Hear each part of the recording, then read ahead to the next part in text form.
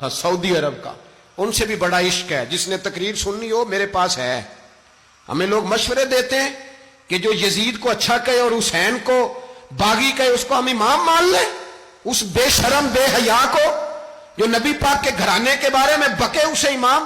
سعودی عرب میں مسجد نبی میں درس دینے والا جس نے تقریر سننی ہو میرے پاس ہے، وہ کہتا ہے یزید تو بڑا اچھا آدمی تھا، اس نے تو بڑی خدمت کی، تو میں نے اسے کہا رشتہ داری کر لیا یزید کے ساتھ، قریب ہو جا۔ شرم نہیں آتی؟ آج بھی نبی پاک کا دل دکھاتے ہو، حیا نہیں آتی، خیال نہیں آتا؟ اور لوگ گھر میں بیٹھ کے باتیں کرتے ہیں، کہتے ہیں جی جو بیت اللہ میں ہو وہ بھی برا ہو سکتا ہے۔ بیت اللہ میں تو 360 بت بھی تھے، وہ اچھے تھے۔ مدینے میں تو 360 منافق بھی رہے، پوری سورہ منافقون نازل ہوئی، وہ اچھے تھے۔ عجیب تماشا بنا دیا لوگوں نے مذہب کا۔ کہتا ہے یزید نے تو بڑی خدمت، تو عبید اللہ ابن زیاد نے قتل کیا۔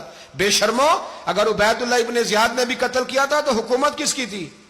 تو پھر یزید نے عبید اللہ ابن زیاد کو سزا کیوں نہیں دی؟ بلکہ ایک جگہ 2 گورنریاں دی اس کو، یہ حال کیا۔ بلکہ سنو کہ یزید چھڑیاں مار رہا تھا، چھڑیاں امام حسین کے لبوں پہ، تو نعمان بن بشیر صحابی تھے، بول پڑے، کہنے لگے یزید بدبخت، ہاتھ پیچھے اٹھا، مجھے اللہ کی عزت کی قسم میں نے سینکڑوں بار نبی پاک کو ان ہونٹوں کو چومتے دیکھا ہے۔ حضرت جناب زینب عورتوں کے مجمع میں پیچھے ہو کے بیٹھی ہیں، یزید کے پاس جب پہنچا لشکر تو یزید کہنے لگا دیکھو اللہ نے مجھے عزت دی اور میرے مخالفوں کا کیا حال ہوا۔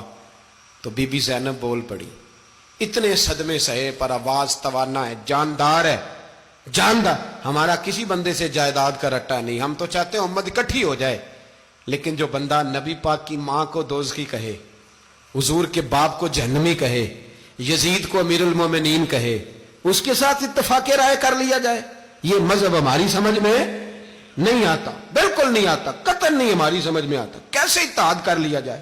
یہاں تو میرے بھائی جو ہمارے ابا کا مخالف ہو اس سے اتحاد نہیں ہوتا، اور جو نبی پاک کے والد کو دوزخی کہے اس سے اتحاد ہو جائے۔ کہتے ہیں جی وہ جی اتنی فرقہ واریت ہو گئی، ہم کس مسجد میں جائیں؟ 60 پارٹیاں پاکستان میں رجسٹرڈ ہیں جو الیکشن لڑتی ہیں، کبھی کسی بندے کو ٹینشن نہیں ہوئی کہ کس کے پاس جائیں کس کے پاس نہ جائیں، کبھی نہیں کو بولا کہ اب وہ بھی کھڑا ہو گیا، وہ بھی، کوئی ٹینشن نہیں۔ مذہب کی باری ٹینشن ہو جاتی ہے، اتنا بڑا مذہب ہوتا ہے بھائی، غلط بندے بھی آ ہی جاتے ہیں بیچ میں، تھوڑا پہچان کے چلنا پڑتا ہے صحیح کون ہے اور غلط۔ اور یہی تو ہمیں امام حسین نے بتایا ہے کہ مذہب کے اندر ہی تم نے شناخت کرنی ہے کہ بندہ ٹھیک کون ہے اور بندہ غلط۔ یہی تو کربلا ہے، یہی تو امام حسین نے بتایا، کفر اسلام نہیں، حق اور باطل۔ تو سمجھیے گا، حضرت سیدہ زینب نے جب سنا نا کہ یہ کہہ رہا ہے کہ مجھے اللہ نے عزت دی، تو جناب زینب بولی، نعمان بن بشیر کہتے ہیں بی بی بولی، اتنے صدمے ہیں پر جناب زینب بولی اللہ اکبر، اس انداز میں بولی کہ پہلے قرآن مجید کی آیت پڑھی، کہنے لگی وَتُعِزُّ مَن تَشَاءُ وَتُذِلُّ مَن تَشَاءُ بِيَدِكَ الْخَيْرُ إِنَّكَ عَلَىٰ كُلِّ شَيْءٍ قَدِيرٌ۔ اور پھر کہنے لگی یزید تو بکتا ہے، کہتا ہے کہ تو عزت والا ہو گیا، یہ تیری حکومت ہے، 4 دن گزرنے دے، تجھ پہ کوئی لعنت بھی نہیں برسائے گا، اور میرے بھائی کا قیامت تک ممبروں میں اور خطبوں میں ذکر ہوا کرے گا، وقت گزرنے دے۔ جب جناب بی بی زینب بول رہی تھی تو حضور کے نابینا صحابی پاس بیٹھے تھے، جناب نعمان بن بشیر کا ہاتھ ہلایا، ہلا کے کہنے لگے کیا علی آ گئے؟ تو علی کی آواز لگتی ہے، جبریل امی بول رہے ہوں جیسے، حکمت کے گوہر رول رہے ہوں جیسے، دربار دمشق میں بی بی زینب کا خطاب، منبر پہ علی بول رہے ہوں جیسے۔ میرے بھائی بس کربلا والا قافلہ تو مدینے پہنچ گیا، 3 سال یزید نے حکومت کی، شرابیں عام ہو گئیں، مکے پہ حملہ ہوا، خانہ کعبہ کا غلاف جلا، مدینے پہ اس نے حملہ کیا، 3 دن مسجد نبوی میں اس نے گھوڑے باندھے، مسجد نبوی میں صحابہ کو نکال کے اپنا اس نے امام مقرر کیا، لیکن پھر امت نے اسے قبول نہ کیا، پھر وہ رسوا ہوا اور آج تک وہ رسوا ہے۔ لیکن امام حسین کا نام کل بھی زندہ تھا اور آج بھی۔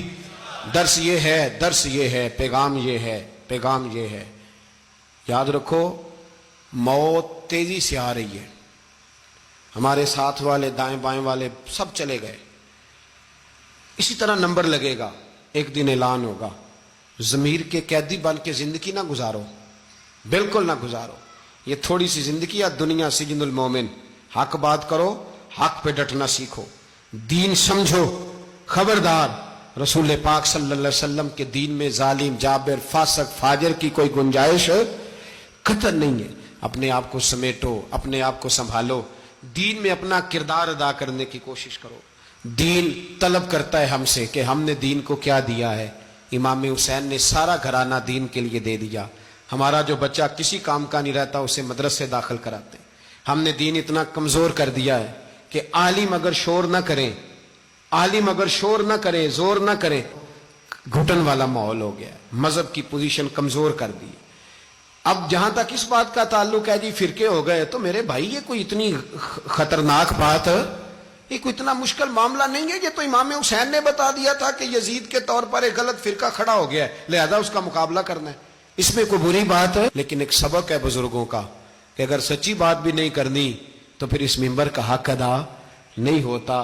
جو سچ بولے وہ حسینی ہے، جو ظالم کے سامنے کھڑا ہو جائے وہ حسینی ہے، جو مصلحت کوش ہو، جو کہے ٹائم نہیں، گراؤنڈ ریالٹی نہیں، حالات نہیں، طبیعت نہیں، موقع نہیں، تو ابھی امام حسین کے پیغام کو نہیں سمجھا۔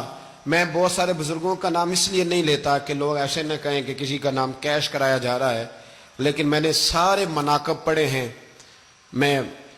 میری لائبریری میں کتابیں ہیں، میں پڑھتا رہتا ہوں، میں سفر میں بھی ساتھ رکھتا ہوں، لیکن حضرت شیخ عبدالصبور بیگ منشور ہزاروی کا شعر امام علی مقام کے مقابلے میں اس طرح کا ہے کہ مجھے سارے شاعروں سے زیادہ وزنی محسوس ہوتا ہے۔ انہوں نے کہا تھا اس شاہ مشرقین کی، اس نور عین کی مطلوب ہے جہاں کو قیادت حسین کی۔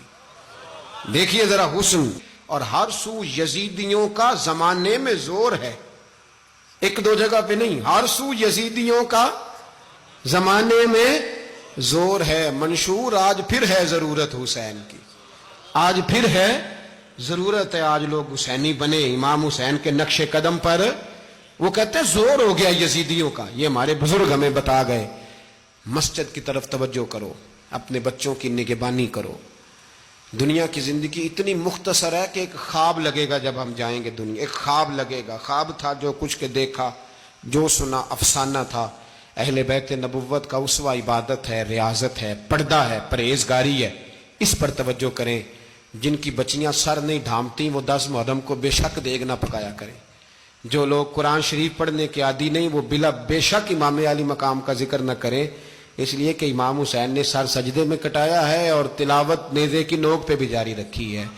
دین کے ساتھ اپنے آپ کو جوڑو، دیندار بنو، رسول اللہ کی غلامی اختیار کرو، ورنہ یہ زندگی کچھ ایسا وقت بھی لاتی ہے کہ جب زندگی بوجھ بن جاتی ہے۔